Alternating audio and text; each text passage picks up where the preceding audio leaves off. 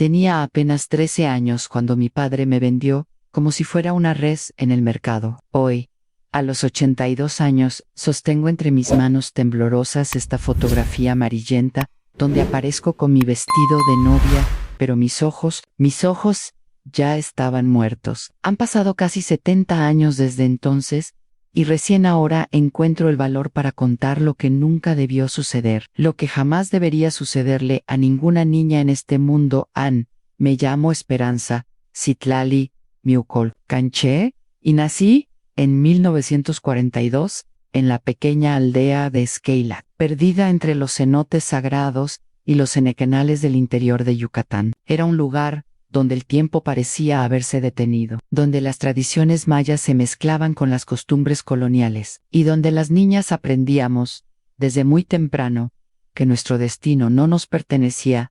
A mi infancia transcurrió entre el aroma dulzón del copal, quemándose en los altares familiares, y el sonido rítmico del metate, donde molía el maíz cada madrugada. Nuestra casa era una construcción sencilla de adobe con techo de palma, rodeada por un patio de tierra apisonada, donde crecían chiles, tomates y flores de cempasúchil. Las paredes guardaban el fresco durante las horas más calurosas del día, cuando el sol yucateco caía implacable sobre la selva que rodeaba nuestra aldea.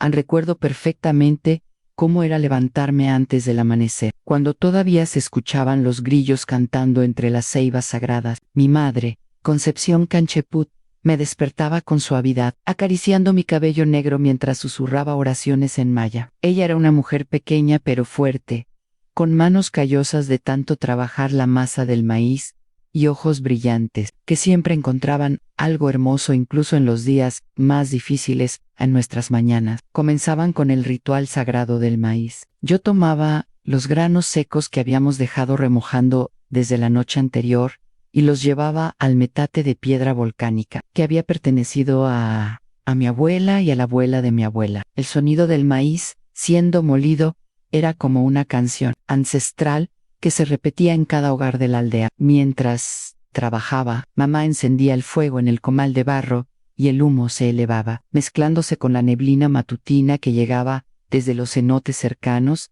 El aroma de las tortillas recién hechas se extendía por toda la casa, despertando a mi padre Rigoberto Miucoltaz, un hombre alto y moreno, cuyas manos conocían cada secreto de la tierra. En aquellos días, cuando mamá aún vivía, papá solía levantarse, cantando viejas canciones mayas que había aprendido de su abuelo. Sus ojos brillaban cuando nos veía trabajando juntas, y siempre tenía una caricia o una palabra amable para mí y para mis hermanos. A mi hermana Mayo R. Itzel ya tenía 16 años y era considerada una de las muchachas más hermosas de la región. Tenía el cabello largo y sedoso que mamá trenzaba con listones de colores, y una sonrisa que podía iluminar incluso las tardes más grises de la temporada de lluvias. Itzel me protegía como una segunda madre, me enseñaba a bordar flores en mis huipiles, y me contaba historias de los alaxes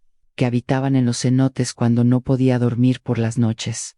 También estaba mi hermano pequeño, Crescencio, 8 años de travesuras y risas contagiosas. Él era quien me acompañaba a buscar huevos de las gallinas escondidos entre los arbustos, quien me ayudaba a perseguir a los cochinos cuando se escapaban del corral, y quien siempre encontraba la manera de hacerme reír cuando las responsabilidades del hogar me agobiaban. A nuestros días transcurrían en una rutina que ahora, con la distancia del tiempo, reconozco como feliz. Después de preparar las tortillas del desayuno, yo alimentaba a los animales, a las gallinas que picoteaban en el patio, los 2 cochinos que gruñían, esperando sus desperdicios de comida, y la vaca Esperanza, a quien habían puesto mi nombre, porque, según mamá, ambas habíamos llegado al mundo en la misma época y con la misma terquedad. Por las tardes, cuando el calor se volvía insoportable, mamá nos llevaba al cenote sagrado, que quedaba a 1 hora de camino de la casa. Era un pozo natural de agua cristalina, rodeado de piedras cubiertas de musgo, donde según las creencias de nuestros ancestros, habitaban los espíritus del agua. Mamá nos enseñaba a pedir permiso antes de entrar, susurrando oraciones en maya mientras dejaba ofrendas de flores y copal en las orillas rocosas. El agua del cenote era tan transparente que podía ver hasta el fondo, donde crecían plantas acuáticas que se movían como cabelleras verdes al ritmo de corrientes subterráneas misteriosas. Cuando me sumergía, el silencio era absoluto, como si hubiera entrado a otro mundo donde solo existían la paz y la frescura. Esos momentos en el cenote eran los más felices de mi infancia, cuando flotaba boca arriba, mirando el cielo azul enmarcado por las ramas de los árboles de ceiba que crecían en los bordes del pozo. Sagrado a las noches, en Skylark tenían una magia especial. Después de la cena, nos sentábamos en hamacas tejidas por las mujeres de la aldea, mientras papá tocaba su guitarra de madera desgastada y mamá nos contaba las leyendas que había escuchado de su propia abuela. Nos hablaba de la Estave, la mujer hermosa que seducía a los hombres en los caminos solitarios, del Hue Chivo, el brujo que se transformaba en animal por las noches, y de los alaxes traviesos que cuidaban los milpares y las casas de quienes lo respetaban. En el aire nocturno se llenaba del perfume de los jazmín silvestres y del sonido de los grillos que parecían formar una orquesta infinita entre la vegetación. Las luciérnagas danzaban como pequeñas estrellas caídas del cielo, y yo las perseguía por el patio, tratando de atraparlas con mis manos pequeñas, mientras Crescencio reía y me ayudaba en la persecución imposible. En los domingos eran días especiales porque toda la familia caminaba hasta la iglesia del pueblo, un edificio colonial de piedra blanca, con un campanario que se alzaba por encima de las copas de los árboles. Mamá me peinaba con 2 trenzas adornadas con flores frescas, y yo llevaba mi huipil más bonito, bordado con pájaros y mariposas de colores brillantes. Durante la misa, cantábamos himnos en español y en maya, y el padre Anselmo nos hablaba de santos y milagros, con una voz que resonaba entre las paredes de piedra. Después de la iglesia, nos quedábamos en la plaza del pueblo, donde se instalaba un pequeño mercado. Los vendedores llegaban desde otras aldeas, con sus productos and frutas que nunca habíamos visto, telas de colores imposibles, juguetes de madera tallada, y dulces hechos con miel de abeja y semillas tostadas. Papá siempre me compraba algún pequeño capricho, una muñeca de trapo, un silbato de barro, o un collar de semillas rojas que yo guardaba como un tesoro. Pero todo cambió cuando mamá enfermó. Fue durante la temporada de lluvias de 1955, cuando yo tenía 13 años, y el mundo todavía me parecía un lugar seguro y predecible. Mamá comenzó a toser por las noches, una tos seca que no la dejaba descansar, y que cada día sonaba más grave. Sus mejillas, antes sonrosadas por el trabajo al aire libre, se fueron hundiendo poco a poco, y sus ojos perdieron ese brillo especial que siempre me había tranquilizado. Papá llevó a curanderos de aldeas lejanas, gastó todos nuestros ahorros en medicinas que compraba en el pueblo grande, y hasta vendió nuestra mejor vaca para pagar a un doctor que vino desde Mérida. Pero nada funcionó. Mamá se fue apagando como una vela que se consume lentamente, y una madrugada de octubre, cuando todavía llovía sobre el techo de palma, se fue para siempre, mientras yo sostenía su mano fría y le susurraba al oído todas las oraciones que ella me había enseñado en el día que enterramos a mamá en el cementerio del pueblo. Algo se rompió para siempre en nuestra familia. Papá dejó de cantar por las mañanas, dejó de sonreír cuando nos veía trabajar, y comenzó a beber aguardiente de caña con una frecuencia que nos asustaba. Sus ojos, que antes brillaban con ternura cuando me miraba, se volvieron duros y calculadores, como si de repente hubiera comenzado a verme de una manera completamente diferente. Las responsabilidades de la casa cayeron sobre mis hombros de niña. Patrice Egg, ahora era yo quien se levantaba antes del amanecer para moler el maíz, quien preparaba las comidas, quien lavaba la ropa en el río, quien cuidaba de Crescencio cuando llegaba llorando de la escuela. Itzel trataba de ayudarme, pero papá había comenzado a decir que ella ya estaba en edad de casarse y que necesitaba dedicar su tiempo a aprender las cosas que requería una esposa. Fue entonces cuando comenzaron las visitas extrañas. Hombres mayores que yo no conocía llegaban a nuestra casa por las tardes, se sentaban con papá bajo la ceiba del patio y hablaban en voz baja mientras bebían, y me miraban de reojo cuando yo pasaba sirviendo café o recogiendo los platos. Había algo en esas miradas que me hacía sentir incómoda, algo que no sabía explicar, pero que me provocaba escalofríos y me hacía querer esconderme en mi cuarto en una noche. Mientras lavaba los trastes en el patio, escuché a papá hablando con uno de esos visitantes. El hombre tenía una voz grave y áspera, y decía cosas que no entendía completamente, pero que me llenaron de una angustia terrible. Hablaban de dotes, de arreglos, de que yo ya estaba en edad y de que era tiempo de asegurar mi futuro. Cuando papá mencionó mi nombre, el corazón se me aceleró tanto que tuve que apoyarme en la pared para no caerme en esa noche. No pude dormir. Me quedé acostada en mi hamaca, escuchando los sonidos nocturnos que antes me tranquilizaban y que ahora me parecían amenazadores. Los grillos sonaban demasiado fuertes. El viento entre las hojas de palma me parecía un susurro inquietante, y cada pequeño ruido me hacía saltar del susto. Algo estaba cambiando en mi vida, algo grande y terrible, pero aún no sabía exactamente qué era.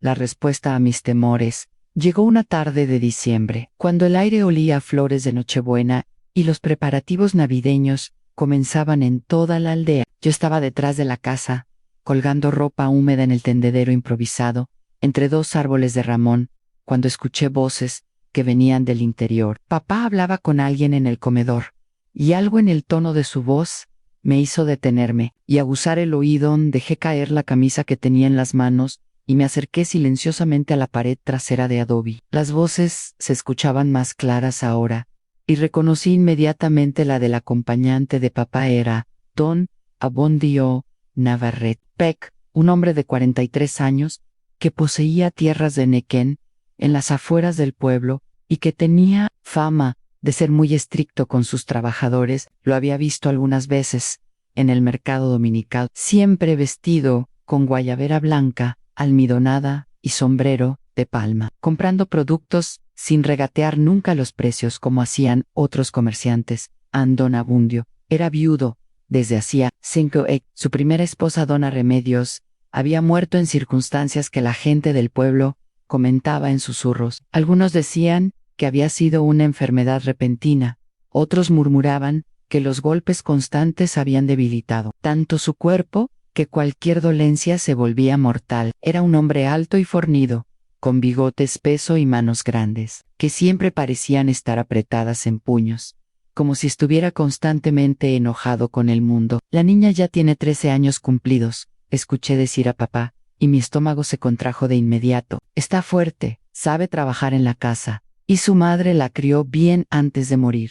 Es obediente y conoce sus obligaciones. Me parece una edad apropiada, respondió don Abundio, con esa voz ronca que me daba escalofríos. He estado observándola en la iglesia los domingos, y veo que es una muchacha seria, que no anda coqueteando con los muchachos del pueblo como otras. Mi corazón comenzó a latir tan fuerte que temí que pudieran escucharlo desde adentro. Estaban hablando de mí como si fuera una mercancía en el mercado, evaluando mis cualidades como si fuera una vaca que van a comprar. Pegué más la oreja a la pared, tratando de escuchar cada palabra de esa conversación que estaba decidiendo mi destino, sin que yo tuviera la menor participación. Esperanza es trabajadora y respetuosa. Continue, papá, y era extraño escuchar mi nombre pronunciado con esa frialdad comercial. Sabe cocinar, lavar, cuidar animales, y tiene buenas caderas para dar hijos. Su madre le enseñó a bordar y a manejar la casa. Será una buena esposa para un hombre de su posición. ¿Y qué pide usted por ella?, preguntó don Abundio, y esas palabras cayeron sobre mí como un rayo. Papá estaba vendiéndome, mi propio padre estaba negociando mi vida, como si fuera un animal de corral. Pienso que 2 vacas lecheras, 50 pesos de plata, y el terreno que colinda con mi milpa, sería un trato justo, dijo papá, después de un silencio que me pareció eterno. La muchacha vale eso y más. Es virgen, por supuesto, y viene de familia trabajadora y honrada. Tuve que taparme la boca con ambas manos para no gritar. Las lágrimas comenzaron a brotar de mis ojos sin control, empapando mis mejillas y cayendo sobre la tierra seca del patio. Todo mi mundo se estaba desmoronando en esa conversación, que duraba apenas unos minutos, pero que cambiaría, para siempre, el rumbo de mi existencia.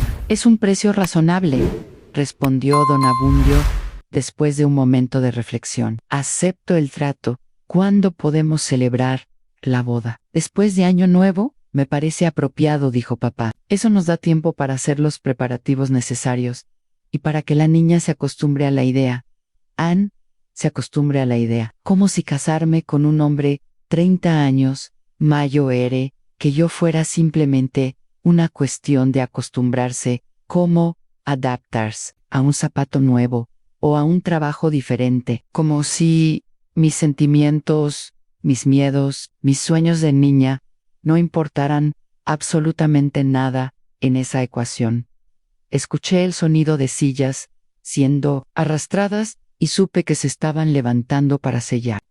Me alejé corriendo de la pared y volví al tendedero, fingiendo que seguía colgando ropa, mientras las lágrimas seguían cayendo sin parar. Cuando don Abundio salió de la casa, me miró directamente a los ojos y sonrió de una manera que me heló la sangre. Era una sonrisa de propietario, de alguien que acaba de comprar algo y está satisfecho con su adquisición. Hasta pronto. Esperanza, me dijo, y en su voz había una familiaridad que me dio náuseas. Muy pronto serás una mujer casada. No pude responder. Me quedé ahí parada, sosteniendo una camisa mojada entre mis manos temblorosas, mientras él se alejaba montado en su caballo hacia sus tierras de Enequén. Cuando desapareció por el sendero polvoriento que llevaba al pueblo, corrí hacia mi cuarto y me eché en mi hamaca a llorar como nunca había llorado en mi vida esa noche. Cuando la familia se reunió para la cena,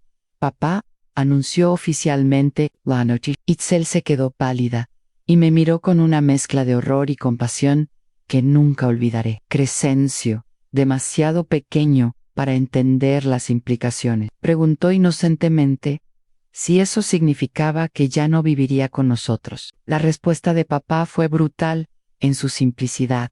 Las mujeres deben ir donde sus maridos las lleven. Traté de hablar, de decir que no quería casarme, que era demasiado joven, que tenía miedo, pero papá me silenció con una mirada tan dura que las palabras se me quedaron atoradas en la garganta. Ya está decidido, dijo con una voz que no admitía discusión. Don Abundio es un buen hombre, con tierras y dinero. Te dará una vida mejor de la que puedes tener aquí. Deberías estar agradecida, tenía que estar agradecida, porque mi padre me vendía al mejor postor. Agradecida, porque un hombre que podría ser mi abuelo, había decidido que yo sería su próxima esposa. Agradecida porque mi infancia terminaría de manera tan abrupta y violenta los días siguientes. Fueron una pesadilla. Papá comenzó a recibir visitas de don Abundio con frecuencia, y cada vez que el hombre venía a la casa, me obligaba a servirle agua fresca y a sentarme en el corredor, para que pudiera conocerme mejor. Don Abundio me hacía preguntas sobre mis habilidades domésticas, sobre si sabía leer y escribir, sobre si conocía las obligaciones de una esposa. Sus ojos recorrían mi cuerpo de una manera que me hacía sentir sucia, como si estuviera evaluando cada parte de mí para asegurarse de que su inversión valdría la pena.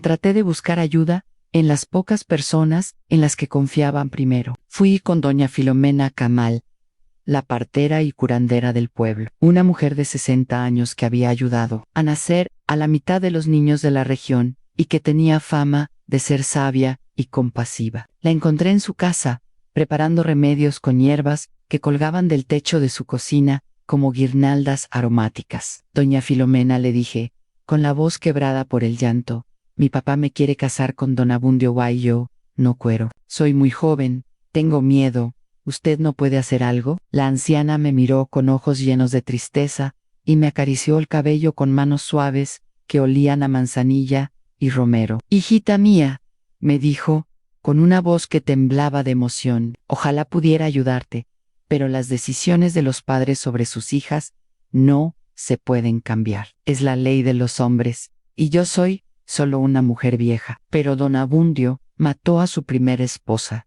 Le dije, desesperada, todo el mundo lo sabe, aunque nadie lo diga, en voz alta. Doña Filomena cerró los ojos y suspiró profundamente.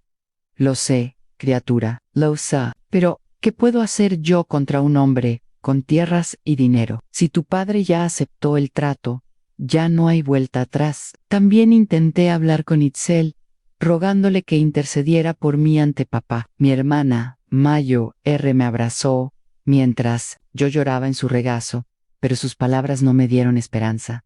Yo también voy a casarme pronto, me susurró al oído. ¿Papá ya está arreglando mi matrimonio con el hijo de don Sebastián Chillán?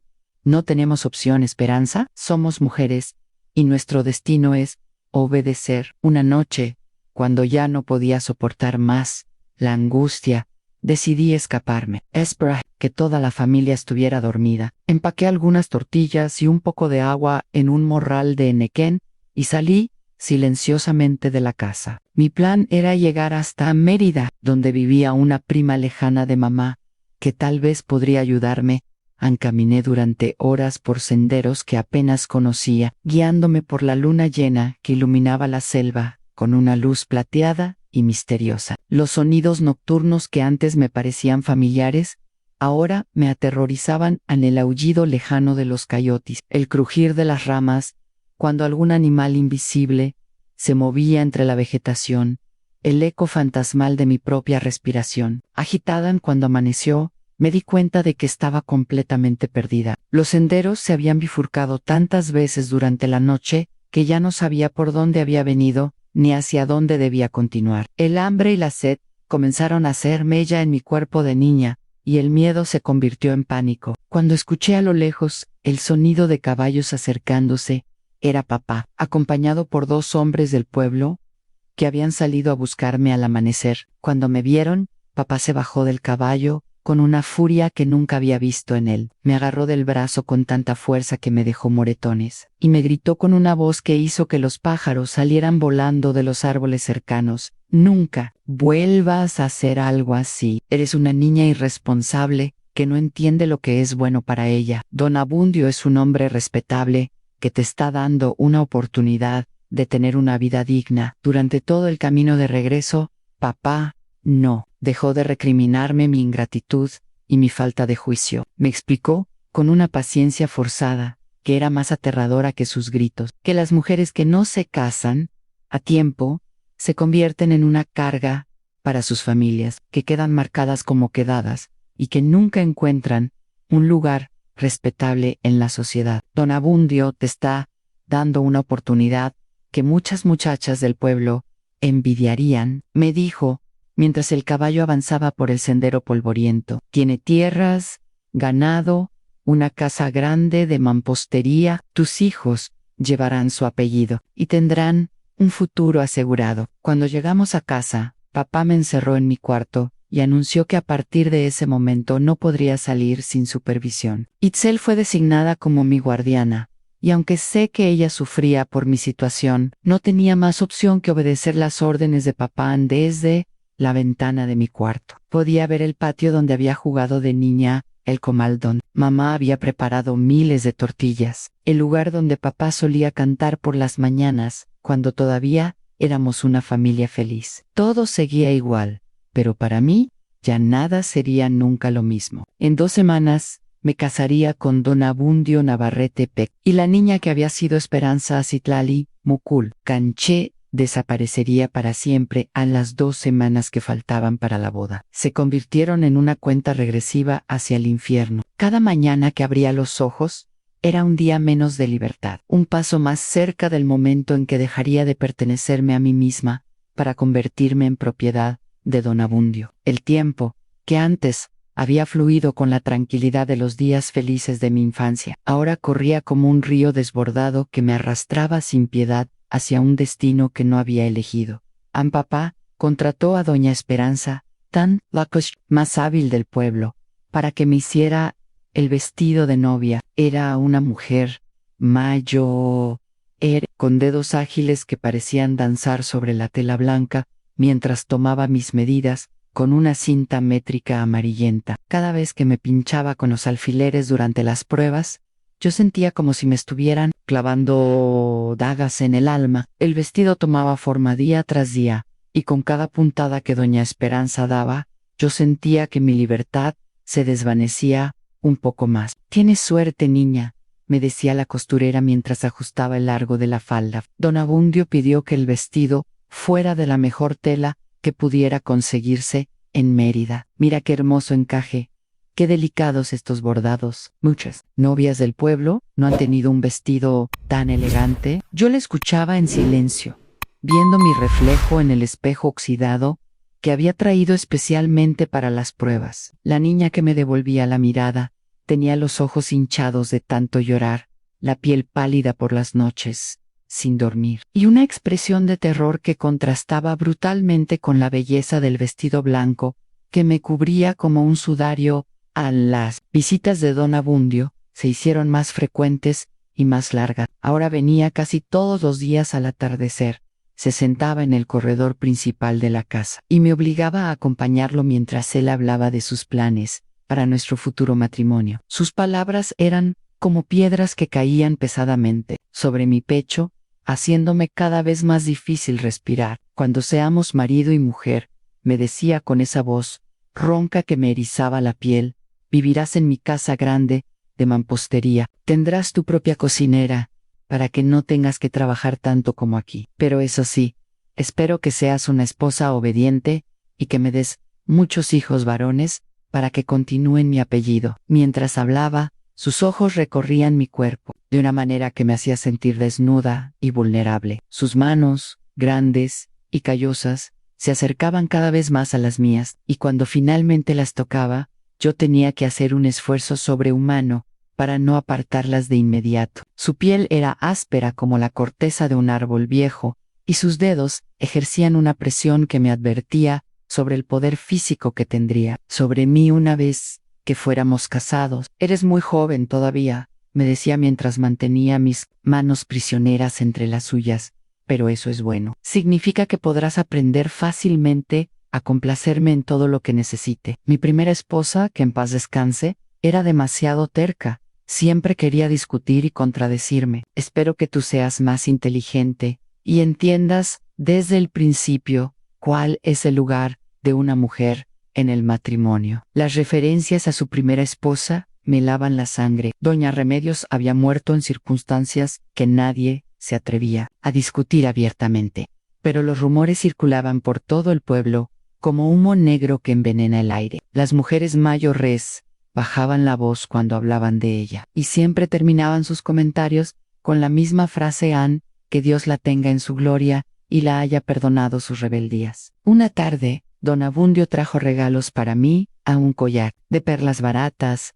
unas arracadas de plata que había pertenecido a su difunta esposa, y un rebozo de seda color azul cielo, que, según él, sería apropiado para una mujer casada. Cuando me puso el collar alrededor del cuello, sus dedos rozaron mi piel con una familiaridad que me provocó náuseas. Era como si ya me considerara su posesión, como si el simple hecho de haber pagado mi dote le diera derecho sobre mi cuerpo. «Why me, Valent? Estos aretes los usó Remedios durante nuestros años de matrimonio», me dijo, mientras me obligaba a ponérmelos. «Ahora te pertenecen a ti. Espero que los lleves con más gracia de la que ella tenía». Incluso en ese momento, hablando de regalos y futuro matrimonio, había algo amenazante en su voz, una advertencia velada de lo que podría pasarme si no cumplía con sus expectativas. Me di cuenta de que estaba siendo entrenada para ser su próxima víctima, educada en el arte de la sumisión total, que él consideraba indispensable en una esposa.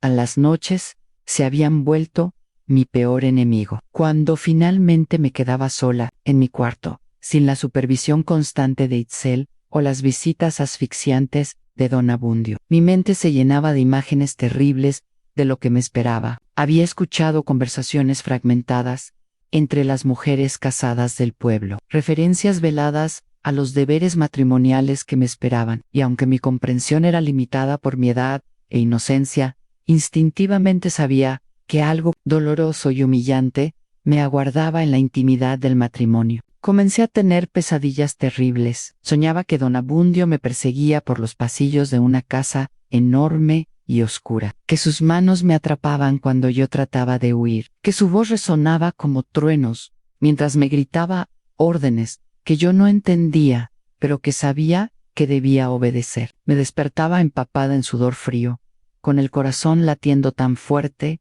que parecía que se me iba a salir del pecho, y tardaba horas en volver a conciliar el sueño. La comida se me había vuelto imposible de tragar. Cada bocado se me atoraba en la garganta como si fuera arena seca, y mi estómago rechazaba todo lo que trataba de comer. Itzel se preocupaba al verme cada día más delgada y pálida, y trataba de convencerme de que tomara al menos unas cucharadas de caldo de pollo o un poco de atole de masa. Tienes que comer algo, Esperanza, me decía con lágrimas en los ojos. Te vas a enfermar, y eso va a empeorar todo. Pero yo no podía explicarle que mi cuerpo había entrado en un estado de rebelión total contra lo que se avecinaba. Era como si cada célula de mi ser se negara a colaborar con los preparativos de mi propia destrucción. Perdí tanto peso que doña Esperanza tuvo que ajustar el vestido de novia 2 veces, y cada modificación era un recordatorio de cómo el terror estaba consumiendo mi cuerpo de niña en 5 días antes de la boda. Don Abundio me llevó a conocer la casa donde viviríamos después del matrimonio. Era una construcción grande de mampostería, con paredes gruesas y ventanas pequeñas que apenas dejaban entrar la luz del día. Los cuartos eran amplios pero fríos, decorados con muebles pesados de madera oscura que parecían absorber toda la alegría del ambiente. La cocina era enorme, con un fogón de leña que ocupaba casi toda una pared, y un comedor formal, donde una mesa maciza podía acomodar a 12 personas. Aquí es donde prepararás mis comidas, me dijo don Abundio, mientras recorríamos la cocina. Espero que aprendas a cocinar los platillos que más me gustan. No tolero la comida mal sazonada o mal presentada. Me mostró el cuarto que sería nuestro dormitorio matrimonial, una habitación grande dominada por una cama de caoba, con postes tallados que se alzaban hacia el techo, como columnas de una prisión. Las sábanas eran de un color marfil que en la penumbra del cuarto se veía gris y amenazante. Había un crucifijo grande colgado en la pared, y me pregunté si Dios estaría observando todas las noches cuando don Abundio ejerciera sus derechos de esposo sobre mi cuerpo de niña. Esta será nuestra recámara, me dijo, y puso tanto énfasis en la palabra nuestra que me dieron ganas de vomitar. Aquí es donde dormiremos juntos todas las noches, y donde concebiremos a los hijos que darán continuidad a mi nombre. Durante todo el recorrido por la casa, yo no pude pronunciar ni una sola palabra. Mi voz se había quedado atrapada en algún lugar profundo de mi garganta, como si mi cuerpo hubiera decidido que ya no valía la pena intentar comunicarse con el mundo exterior. Don Abundio interpretó mi silencio como admiración y aprobación. Veo que te gusta la casa, me dijo con satisfacción. Aquí tendrás todo lo que necesitas para ser feliz. Solo tienes que recordar siempre que yo soy el dueño de todo esto, incluida tú, y que tu felicidad depende de que también sepas complacerme. Cuando regresamos a mi casa, encontré a varias mujeres del pueblo reunidas en el patio, preparando los dulces tradicionales que se servirían después de la ceremonia religiosa. Había cocadas de coco rallado con motis, enmilados, dulce de papaya y turrones de pepita de calabaza que llenaban el aire con un aroma dulzón que antes me hubiera hecho agua a la boca, pero que ahora me provocaba náuseas. Las mujeres me felicitaban por mi próximo matrimonio, pero en sus ojos veía una mezcla de compasión y alivio. Compasión por lo que me esperaba y alivio porque no eran sus propias hijas las que estaban a punto de ser sacrificadas en el altar de las conveniencias económicas. «Qué suerte tienes, niña», me decía doña Carmen, la esposa del tendero del pueblo. «Don Abundio es un hombre muy próspero. Tendrás una vida cómoda, eso sí», añadía doña Josefina, bajando la voz como si compartiera un secreto. «Tienes que aprender a ser obediente desde el primer día. Los hombres, como don Abundio, no toleran la rebeldía en sus esposas». Sus consejos sonaban como advertencias veladas, como si estuvieran tratando de prepararme para sobrevivir en lugar de ser feliz. Me hablaban de la importancia de no contradecir nunca a mi marido, de servirle la comida exactamente como a él le gustaba, de mantener la casa impecable en todo momento, de no quejarme nunca sin importar qué tan difíciles fueran las circunstancias. «El matrimonio es un sacrificio para las mujeres», me explicó doña Esperanza tan mientras empacaba cuidadosamente mi vestido de novia en una caja forrada con papel de seda. Pero es nuestro destino y nuestra obligación. Dios nos puso en este mundo para servir a nuestros maridos y criar a nuestros hijos. Entre más pronto lo entiendas, más fácil será tu vida. La noche anterior a la boda fue la más larga de mi vida. No pude cerrar los ojos ni un solo minuto. Me quedé acostada en mi hamaca, escuchando los sonidos familiares de mi hogar, que pronto dejaría para siempre el aleteo de las gallinas, acomodándose en sus nidos, el ronquido suave de Crescencio en la hamaca vecina, el susurro del viento entre las hojas de palma del techo. Itzel se acercó a mi hamaca varias veces durante la noche, y aunque no hablamos, sé que ella también estaba despierta, sufriendo por mí, y probablemente pensando en su propio futuro matrimonio que se avecinaba. En un momento, extendió su mano y tomó la mía, y permanecimos así durante horas, dos hermanas compartiendo en silencio el terror de ser mujeres en un mundo que nos consideraba intercambiables y desechables. Cuando finalmente comenzó a amanecer, y escuché el primer canto del gallo, supe que había llegado el día en que mi vida de niña terminaría para siempre. En pocas horas, estaría caminando hacia el altar de la iglesia del pueblo, vestida de blanco, como una novia feliz, pero sintiéndome como un cordero que marcha hacia el matadero. El día de mi boda amaneció con un cielo gris plomizo, que parecía reflejar la oscuridad que había invadido mi alma. No había dormido ni un minuto durante la noche, y cuando Itzel vino a despertarme, me encontró sentada en el borde de mi hamaca, con la mirada perdida en el vacío, y las manos temblando como hojas al viento. Mi hermana me abrazó en silencio, y pude sentir sus lágrimas cayendo sobre mi cabello, mientras me mecía suavemente, como solía hacer mamá cuando tenía pesadillas. ¿Ya llegó el momento, hermanita?,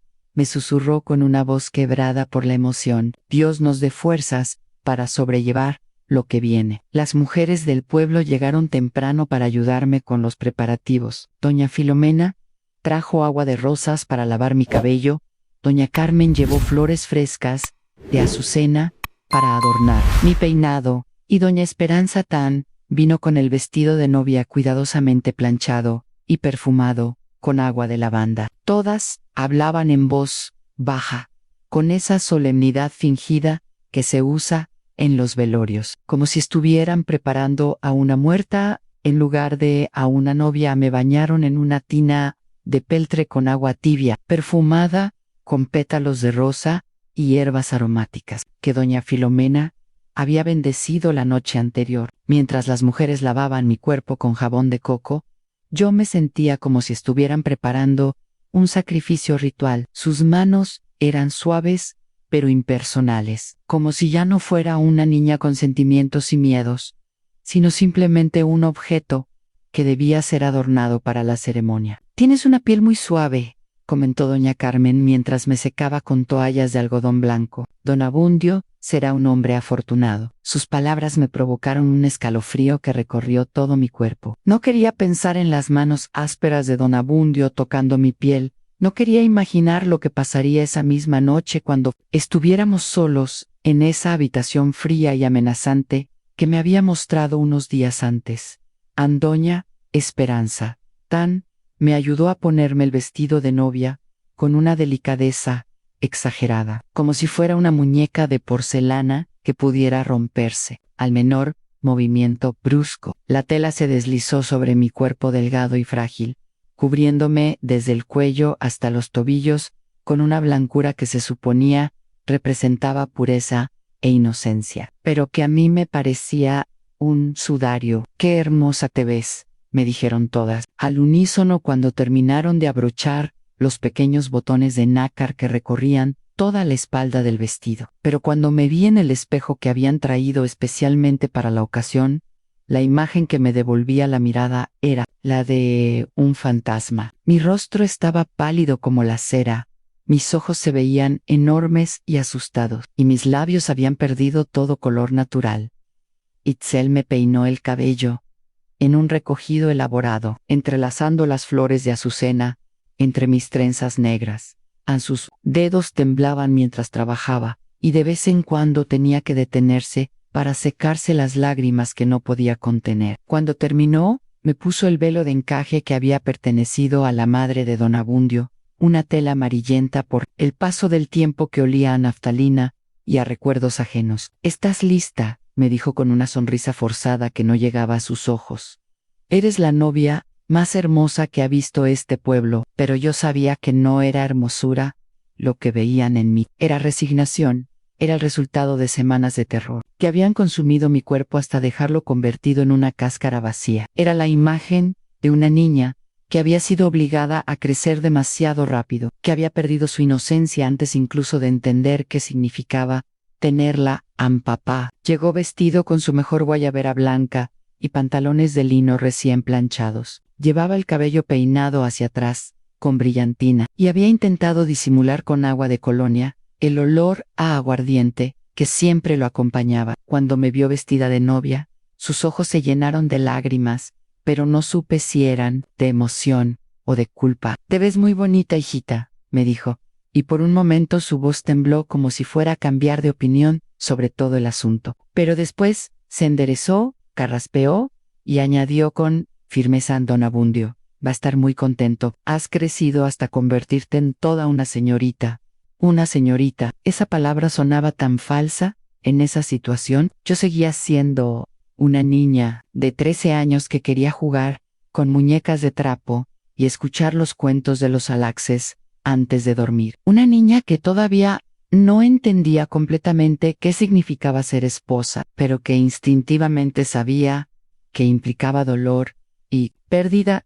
A la procesión hacia la iglesia fue como una marcha fúnebre. Papá y yo caminamos por el sendero polvoriento que llevaba al centro del pueblo, seguidos por toda la familia y los vecinos que habían decidido presenciar la ceremonia. El vestido era pesado y incómodo, y con cada paso que daba, sentía como si me hundiera más profundamente en un destino del cual ya no habría escapatoria. Las campanas de la iglesia repicaban alegremente, anunciando la boda al pueblo entero, pero para mí sonaban como campanadas de muerte. Cada tañido era un recordatorio de que mi vida, tal como la conocía, estaba llegando a su fin, de que en unas pocas horas ya no sería Esperanza Mocul Canché, sino la señora de Abundio Navarrete. Cuando llegamos a la iglesia, don Abundio ya estaba esperando en el altar junto al padre Anselmo. Llevaba un traje oscuro que lo hacía ver aún más imponente y aterrador, y cuando me vio entrar del brazo de papá, sonrió con una satisfacción que me heló la sangre. Era la sonrisa de un hombre que había conseguido exactamente lo que quería, que había cerrado un negocio exitoso y estaba a punto de tomar posesión de su nueva adquisición.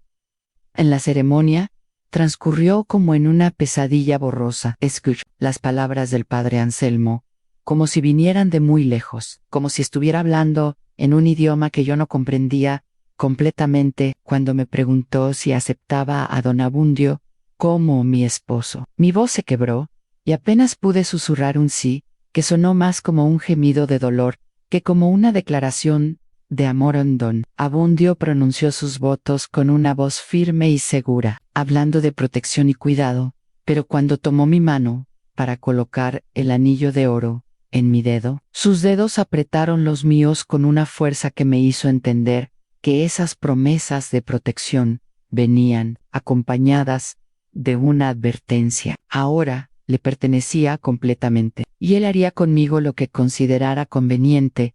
Cuando el padre Anselmo nos declaró marido y mujer, don Abundio me besó en los labios por primera vez. Fue un beso húmedo y áspero que me supo a tabaco y aguardiente, y tuve que hacer un esfuerzo sobrehumano para no apartarme o limpiarme la boca con la mano. Sus labios eran gruesos y exigentes, y en ese beso pude percibir una posesividad que me hizo temblar de pies a cabeza. A la pequeña fiesta que siguió a la ceremonia se celebró en el patio de la casa de papá. Habían matado un cochino y preparado cochinita pivo.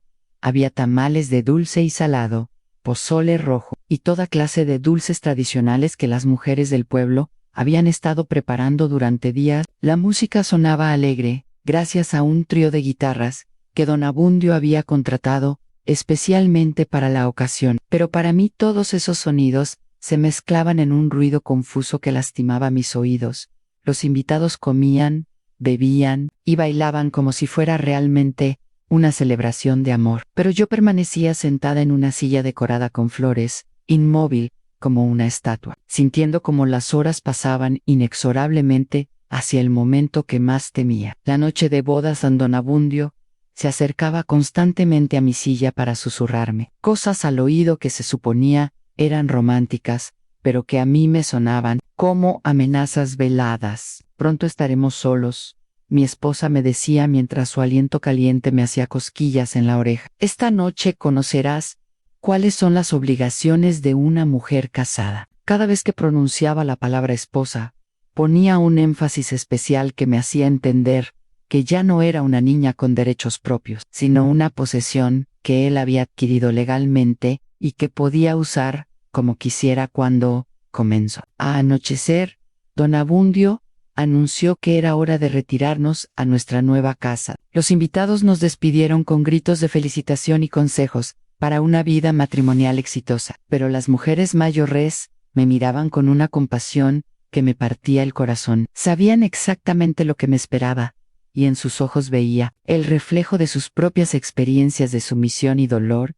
Anitzel me abrazó por última vez, como mi hermana soltera, y me susurró al oído: ten valor, esperanza, trata de sobrevivir, sobrevivir. Esa palabra se quedó grabada en mi mente, mientras Don Abundio me ayudaba a subir a la carreta que nos llevaría a su casa. Ya no se trataba de ser feliz o de encontrar amor en el matrimonio, se trataba simplemente de sobrevivir a lo que estaba por venir.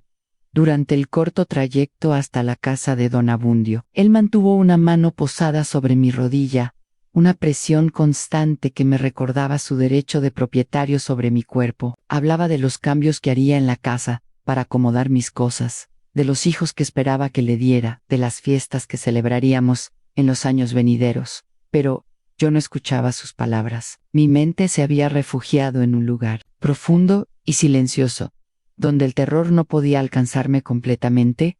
Cuando llegamos a la casa, Don Abundio me cargó en brazos para cruzar el umbral, como marcaba la tradición. Sus brazos eran fuertes pero duros, y mientras me llevaba hacia el interior de esa casa, que ahora sería mi prisión, pude oler el sudor de su cuerpo, mezclado con el perfume barato que se había puesto para la ocasión. Me dejó en el suelo del recibidor principal, y por un momento nos quedamos ahí parados, mirándonos el uno al otro en la penumbra de la casa, apenas iluminada por unas cuantas velas. En sus ojos veía una mezcla de deseo y poder que me aterrorizaba, y supe que ya no había marcha atrás, que la niña que había sido estaba a punto de morir para dar lugar a algo que aún no sabía qué sería. Bienvenida a tu nuevo hogar, esposa, me dijo con esa voz ronca que ahora tendría que escuchar todos los días de mi vida. Ahora eres mía por completo. Esa primera noche como esposa de Don Abundio fue cuando realmente comprendí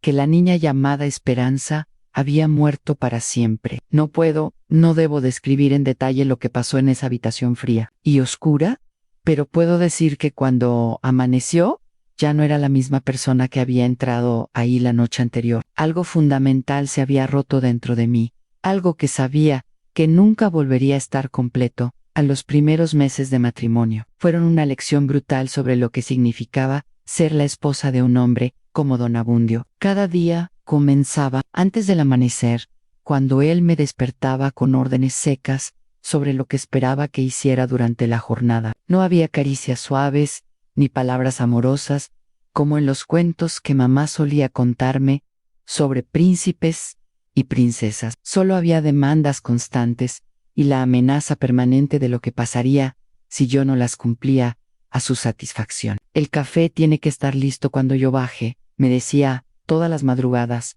antes de irse a supervisar el trabajo en sus tierras de Enequén. Y quiero que el desayuno esté caliente, pero no quemado, con las tortillas recién hechas y los frijoles, exactamente como me gustan. Si algo no está a mi gusto cuando regrese, tendremos que hablar seriamente. Sus conversaciones serias eran golpes que me dejaba en lugares donde la ropa pudiera cubrir los moretones. Aprendí rápidamente que Don Abundio tenía muy poca paciencia para lo que él llamaba los errores de una esposa inmadura, y que su manera de educarme consistía en usar sus puños y su cinturón de cuero cada vez que consideraba que yo había fallado en mis obligaciones. La casa era enorme y fría, con techos altos que hacían eco de cada sonido y pasillos largos que parecían no tener fin. Durante el día, cuando don Abundio estaba trabajando en el campo, yo me movía por esos espacios como un fantasma, limpiando incansablemente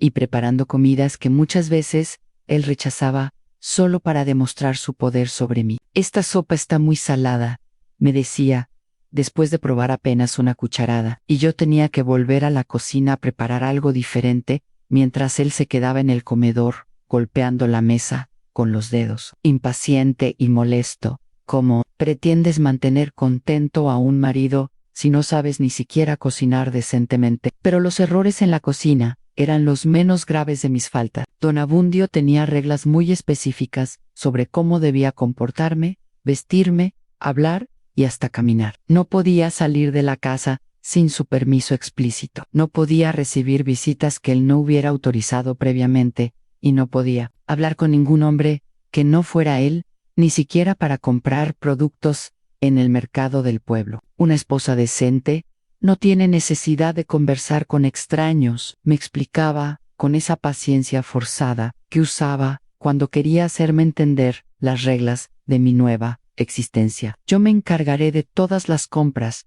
y los asuntos que requieran salir de esta casa. Tu lugar está aquí, cuidando el hogar y esperando a que yo regrese cada día. Los domingos íbamos juntos a la iglesia, y esas eran las únicas ocasiones en que podía ver a mi familia y a las personas que había conocido toda mi vida.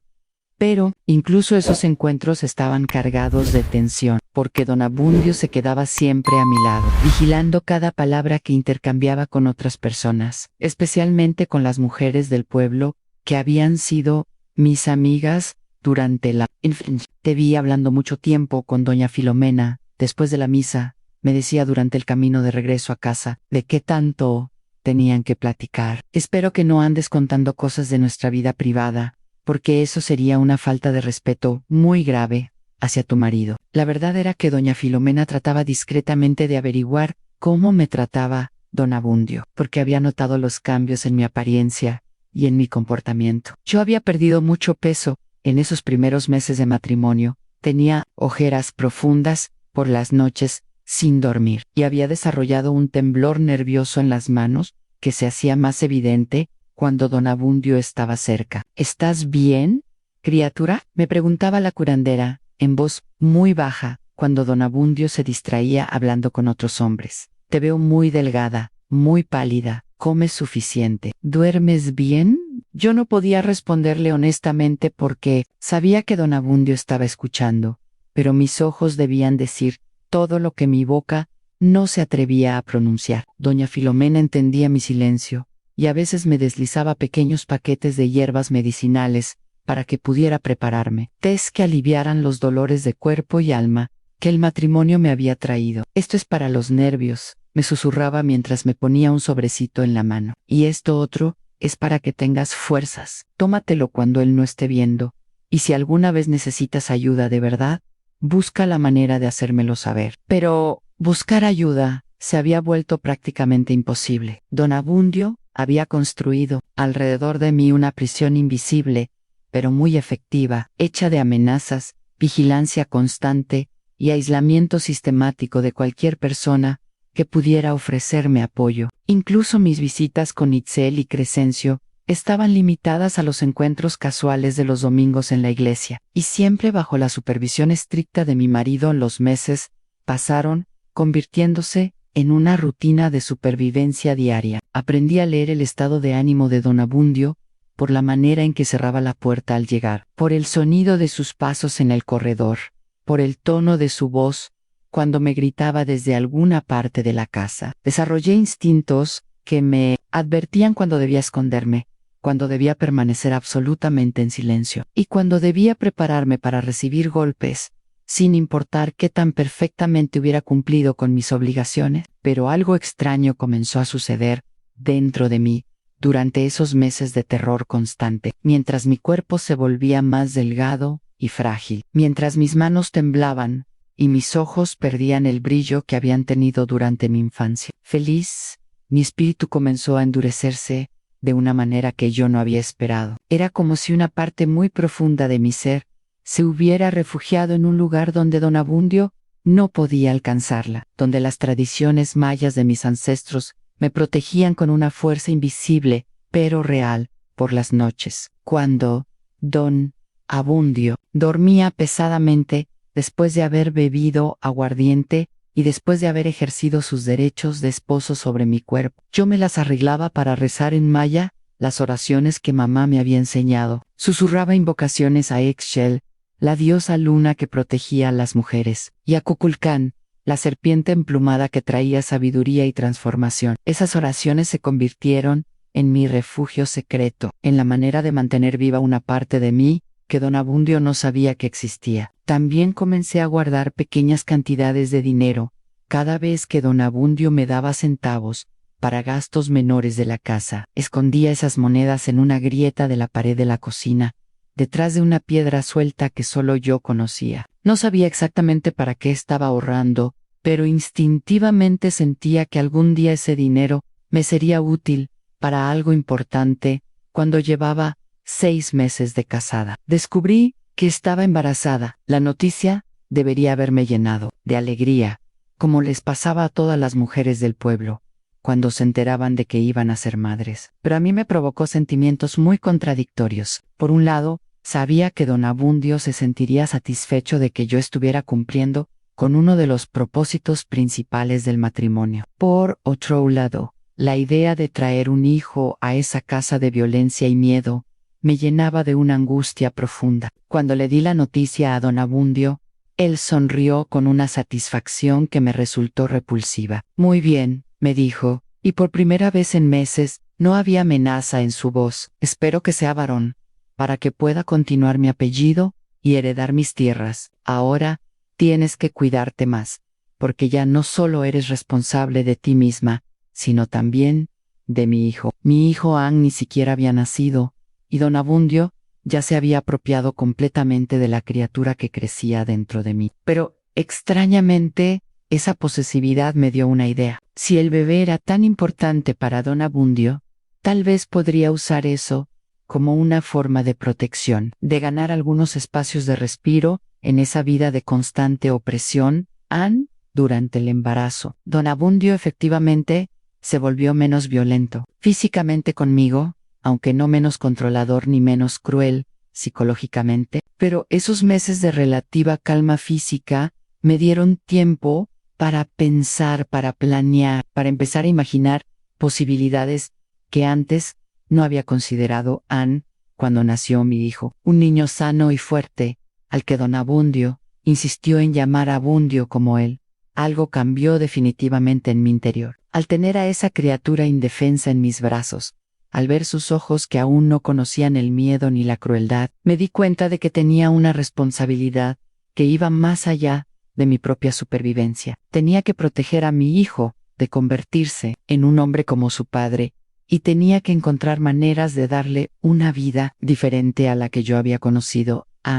La maternidad me dio fuerzas que no sabía que tenía. Cuando don Abundio gritaba o me amenazaba, yo pensaba en mi hijo durmiendo en su cuna, y encontraba maneras de soportar el dolor sin quejarme, de cumplir con las demandas imposibles sin derrumbarme, de mantener viva la esperanza de que algún día las cosas podrían ser diferentes.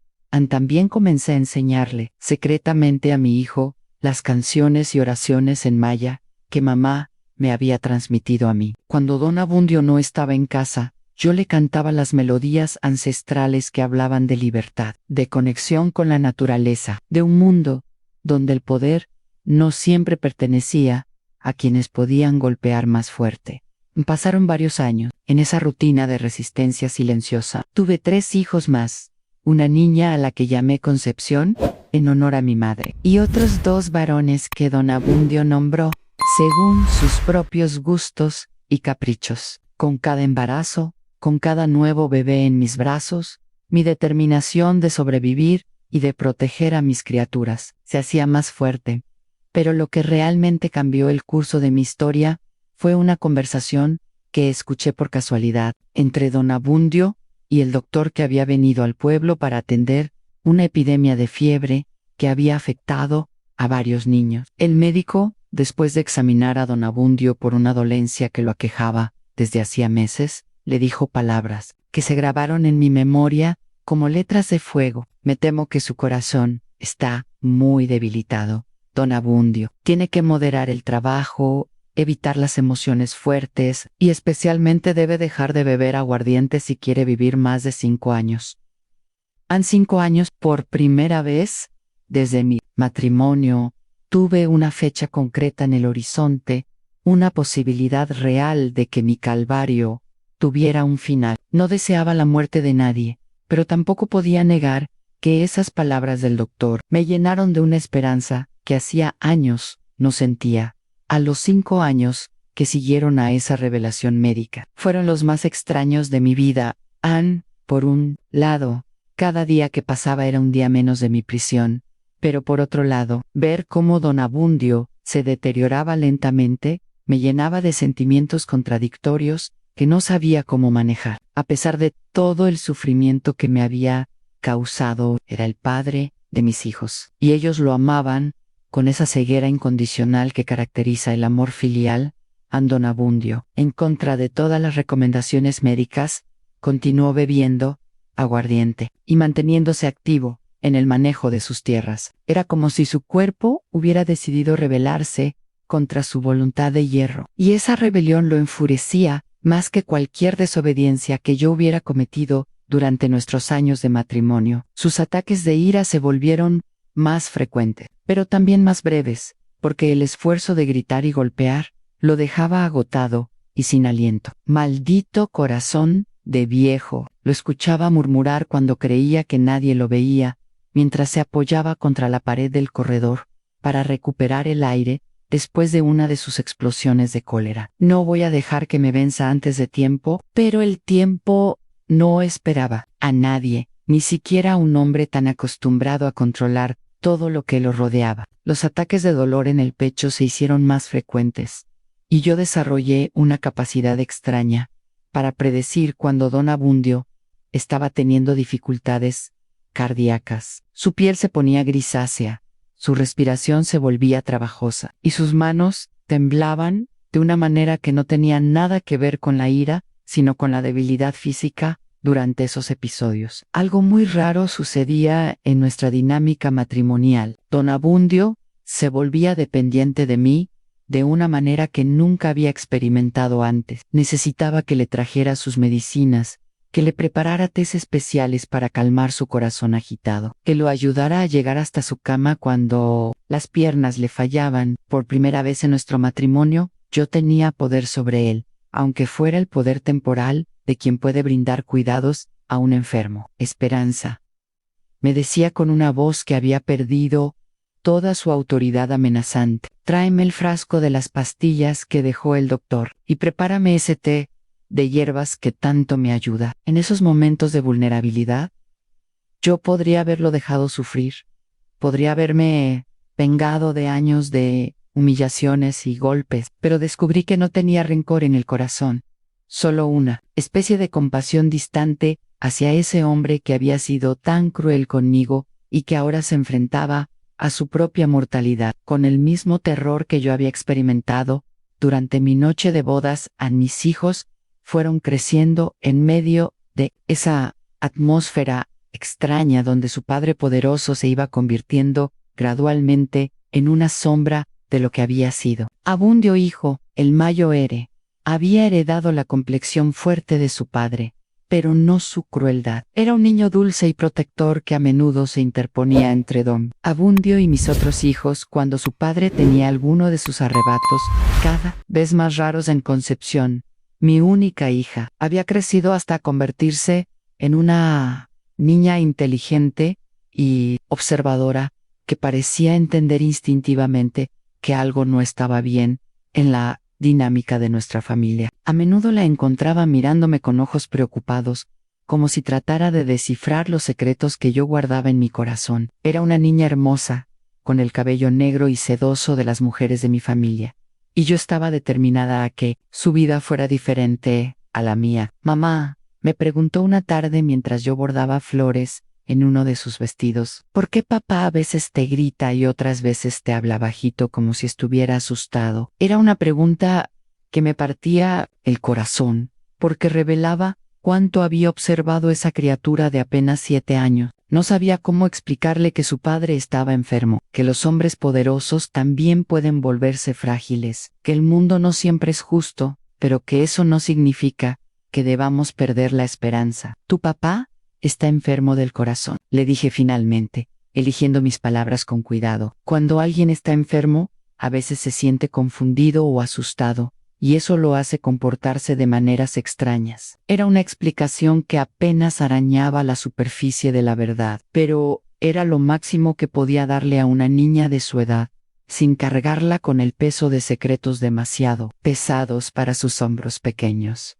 El final llegó en una madrugada de octubre, casi exactamente 5 años después de la predicción del doctor. Yo estaba en la cocina preparando el café de la mañana cuando escuché un sonido extraño que venía del dormitorio. Era como si don Abundio estuviera tratando de decir algo, pero las palabras se le quedaran atoradas en la garganta. Corrí hacia la habitación y lo encontré sentado en el borde de la cama, con una mano apretada contra el pecho y los ojos muy abiertos por el miedo a no puedo respirar, me dijo con una voz que salía como un susurro ahogado. Lama, llama al doctor, pero ambos sabíamos que el doctor estaba muy lejos, que no llegaría a tiempo, que este era el momento que habíamos estado esperando durante 5 años, sin hablar nunca directamente de él. Me senté a su lado en la cama, y por primera vez, en todos nuestros años de matrimonio, tomé su mano, no porque él me lo hubiera ordenado, sino porque era lo que correspondía hacer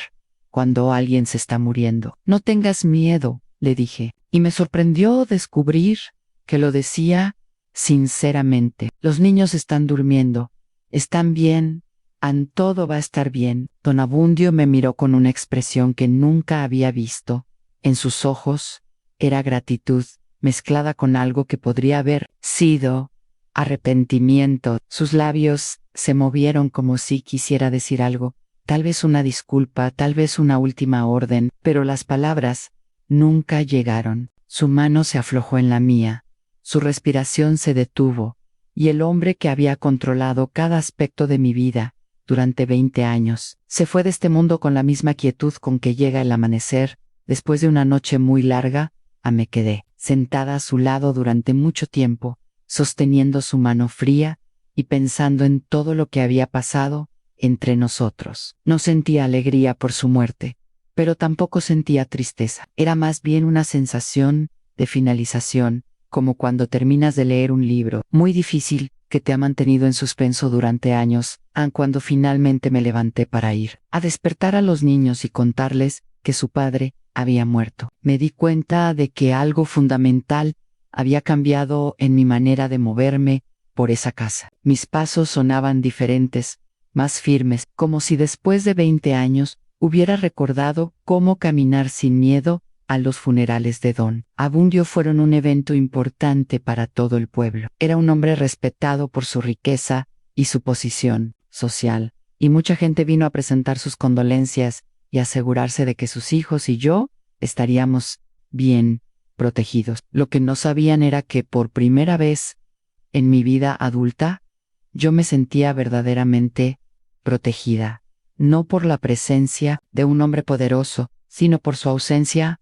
Las semanas que siguieron fueron un periodo de descubrimientos extraordinarios. Resulta que don Abundio, a pesar de su naturaleza controladora, había sido un hombre de negocios muy astuto. Sus tierras eran más extensas de lo que yo había imaginado. Tenía cuentas de dinero en el Banco de Mérida y había hecho inversiones que generaban ingresos regulares, como su ayuda, Yoharit, convirtiéndome de la noche a la mañana en una de las mujeres más prósperas de la región. Pero más importante que la riqueza material era la libertad que había ganado. Por primera vez en mi vida podía tomar decisiones sin pedir permiso a nadie. Podía salir de la casa cuando quisiera, hablar con quien me diera la gana, vestirme como me pareciera apropiado y criar a mis hijos según mis propios valores, en lugar de seguir las reglas opresivas que don Abundio había impuesto. Una de las primeras cosas que hice fue buscar a doña Filomena, que ya era una anciana de casi 80 años, pero que conservaba toda su sabiduría y su compasión. Le conté toda la verdad sobre mi matrimonio, todos los secretos que había guardado durante tantos años, y lloré en sus brazos, como no había llorado desde que era niña. Ya pasó, criatura, me decía mientras me acariciaba el cabello que ahora yo llevaba suelto en lugar de recogido como había exigido don Abundio Ann. Ya pasó todo, ahora puedes empezar a vivir la vida que siempre debiste tener. Volví a mi aldea natal de Skeilak con frecuencia, para visitar a papá, que ya era un hombre muy viejo y que parecía haberse dado cuenta, demasiado tarde, del error terrible que había cometido al venderme tan joven. Itzel se había casado y tenía sus propios hijos, pero nuestra relación se reconstruyó gradualmente, alimentada por la comprensión mutua de lo que significaba ser mujer en un mundo dominado por hombres. An Crescencio, mi hermano menor, se había convertido en un joven estudioso que había aprendido a leer y escribir mejor que la mayoría de los hombres del pueblo. Cuando le conté mi historia completa, lloró como un niño y me pidió perdón por no haber sido lo suficientemente grande para protegerme cuando éramos pequeños. No tenías que protegerme, le dije. Ah, eras solo un niño. Los niños no son responsables de los errores de los adultos. Pero la transformación más importante sucedió en la manera como crié a mis propios hijos. Abundio hijo creció sabiendo que las mujeres merecen respeto y consideración, que el matrimonio debe basarse en amor y no en conveniencia económica, que la fuerza física nunca es una herramienta apropiada para resolver conflictos. Concept aprendió a leer y escribir, cosa que yo nunca había podido hacer completamente, y creció sabiendo que su vida le pertenecía a ella y a nadie más. Los años fueron pasando, y yo me convertí en una figura respetada en la comunidad. Las mujeres jóvenes venían a pedirme consejo cuando se enfrentaban a matrimonios arreglados o a situaciones difíciles en sus hogares. Yo las escuchaba con toda la paciencia del mundo, porque sabía exactamente lo que se sentía estar atrapada en circunstancias que parecían no tener solución. Siempre hay esperanza, les decía a esas muchachas que llegaban a mi casa con los ojos llenos de lágrimas y el corazón lleno de miedo. Puede que no la veas ahora, puede que tarde años en llegar, pero siempre hay esperanza. La vida es más larga de lo que creemos cuando somos jóvenes, y las cosas pueden cambiar de maneras que nunca imaginamos. Ahora, a los 82 años, cuando miro hacia atrás a toda esa historia que ha sido mi vida, puedo decir que fue terrible y hermosa al mismo tiempo. Terrible por todo el sufrimiento que no debería haberle sucedido a ninguna niña, hermosa por la fuerza que descubrí en mí misma y por los cambios que pude crear para las generaciones que vinieron después de mí. A mis nietos crecen en un mundo diferente, donde las niñas van a la escuela junto con los niños, donde las mujeres pueden elegir con quién casarse y cuándo hacerlo, donde los matrimonios se basan en amor y no en transacciones comerciales. No es un mundo perfecto, pero es un mundo mejor.